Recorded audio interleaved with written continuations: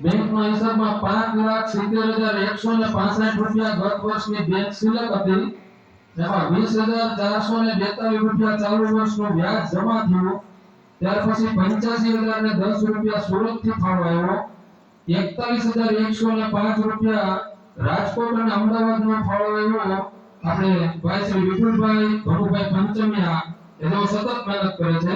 ત્યાર પછી 35,000 રૂપિયા જે આપણે ખાતરની હરાજી કરી હતી તેના આવ્યા, અને 51,000 રૂપિયા શ્રી અશ્વિનભાઈ પ્રાણલાલભાઈ પંચમિયા ગત વર્ષે મારા પિતાશ્રીએ જાહેરાત કરેલી હતી, અને એ પૈસા આ વર્ષની અંદર વિપુલભાઈના કહેવાથી જમા થઈ ગયા છે। શ્રી અશ્વિનભાઈનો પણ આપણે આભાર માની ગયા, આપણા ગામમાં આવ્યા નથી અને ક્યારેય પણ એને આપણે ગૌશાળાને જોઈ નથી, છતાં વિપુલભાઈના કહેવાથી તાત્કાલિક એને 51,000 રૂપિયા આપણા બેંક ખાતામાં ટ્રાન્સફર કરી દીધા છે।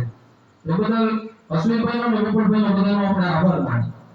એટલે આમ કુલ હિસાબ 8,02,722 રૂપિયા બેંક ખાતે સિલક થઈ, એમાંથી કુલ આપણે 51,500 રૂપિયા ચાલુ વર્ષની અંદર ઉપાડ કર્યો, એટલે અત્યારે હાલનું બેલેન્સ 7,11,222 રૂપિયા બેંક સેવિંગ ખાતામાં પડ્યું છે, અને 8 લાખ રૂપિયાની એફડી પડી છે। કુલ આપણી પાસે 15,11,222 રૂપિયા બેંકની બંધ સિલક છે, 48,752 રૂપિયા હાથ ઉપરની સિલક છે। આમ કુલ મળી 15,59,974 રૂપિયા આપણી ગૌશાળામાં ભંડોળ પડ્યું છે। બરાબર, આ ચાલુ